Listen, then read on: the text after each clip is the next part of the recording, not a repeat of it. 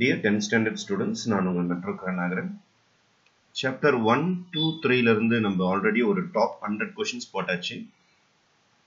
நிறைய கொஷின் பேப்பர்ஸ்ல பார்த்தீங்கன்னா உங்களுக்கு மினிமம் 4 கொஷின்ஸ் வரத்துக்கு வாய்ப்புகள் உண்டு.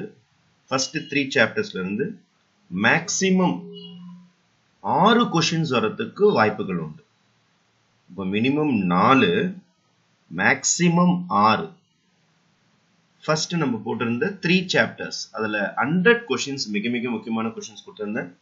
கொஞ்சம் டஃபா இருக்கும், ஏன்னா 5 மார்க்ஸ் இல்லை, அதனால கொஞ்சம் கஷ்டப்பட்டு தான் ப்ராக்டிஸ் பண்ணி ஆகணும். சென்டம் எடுக்கணுன்ற மாணவர்கள் அதுல இருக்கிற அனைத்து சம்மையும் ப்ராக்டிஸ் பண்ணி பாருங்க, எதையும் மிஸ் பண்ணாதீங்க. அதுல ஒரு எக்ஸாம் ஒன்று இருக்கும், அது கொஞ்சம் கஷ்டமா இருக்கும், அதை ஒன்றா விட்டுடுங்க. மற்றபடி எல்லா சம்ஸுமே ப்ராக்டிஸ் பண்ணிடுங்க, எதையும் மிஸ் பண்ணாதீங்க. இன்னைக்கு நம்ம போட போற வீடியோல பாத்தீங்கன்னா உங்களுக்கு 100 கொஷின்ஸ் கொடுத்துருக்கிறேன். இது சாப்டர் நம்பர் 4, 5, 6, 7, 8ல இருந்து கொடுத்துருக்கிறேன். அப்போ இதுல ஒரு 100 கொஷின்ஸ் கொடுத்துருக்கிறேன். ஒரு ப்ராக்டிஸ் பண்ணி பாருங்க. இதுல கிட்டத்தட்ட ஒரு 50 to 60 சம்ஸ் உங்களுக்கு தெரிஞ்ச சம்ஸ் தான் இருக்கும்.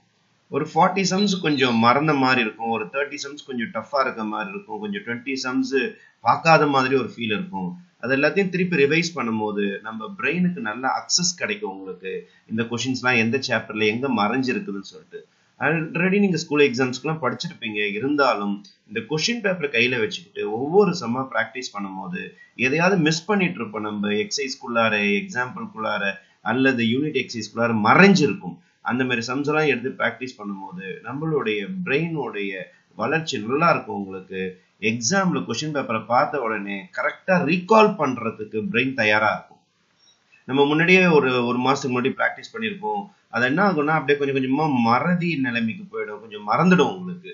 அதனால இந்த 100 கொஷின்ஸ் எக்ஸாம்ஸ்குள்ளாரையே ப்ராக்டிஸ் பண்ணிடுங்க.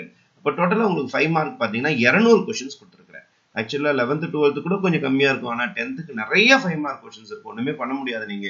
அதனால 200 கொஷின்ஸை நீங்க ப்ராக்டிஸ் பண்ணிட்டீங்கன்னா எப்படி நம்ம கொஷின் பேப்பர்ல கண்டிப்பாக ஒரு 10 சம் பக்காவா கொஞ்சம் ஈஸி லெவல்ல செலக்ட் பண்ணி அட்டென்ட் பண்ண முடியும். இல்லைன்னா உங்களுக்கு அந்த 5 மார்க்ஸ்ல ஏதாவது 1-2 சம் ஏமாத்திடும் உங்களுக்கு. ஆகவே சென்டம் எடுக்கிற ஸ்டூடெண்ட்ஸ், நல்ல மார்க் எடுக்கணுன்ற ஸ்டூடெண்ட்ஸ், நான் முன்னாடி போட்ட வீடியோல இருக்கிற 100 கொஷின்ஸையும் இந்த வீடியோல இருக்கிற 100 கொஷின்ஸையும் இமீடியட்டா ப்ராக்டிஸ் பண்ணுங்க. ஒரு சம் ஈஸியா இருக்கும், ஒரு சம் டஃபா இருக்கும், பயப்படாம போடுங்க. நீங்க ப்ராக்டிஸ் பண்ண பண்ண பண்ண பண்ணதான் உங்களோட பிரெயின் எல்லா சிச்சுவேஷனுக்கு தயாராக இருக்கும். எப்பொழுதுமே நம்ம எதிரி ரொம்ப சுலபமா நீங்க நினைச்சுக்கிட்டு போயிடக்கூடாது. அதே மாதிரி எக்ஸாம் கொஷின் பேப்பர் ரொம்ப ஈஸியா தான் வரும்னு சொல்லிட்டு மைண்ட் செட் பண்ணிட்டு போகாதீங்க. டஃப்பான கொஷின் பேப்பர், டஃப்பான சிச்சுவேஷனுக்கு நீங்க தயாராகிட்டு போனீங்கன்னா தான் அந்த இடத்துல உங்களுக்கு பயம் இருக்காது, தைரியமா கொஸ்டின் பேப்பரை நீங்க அட்டென்ட் பண்ண முடியும்.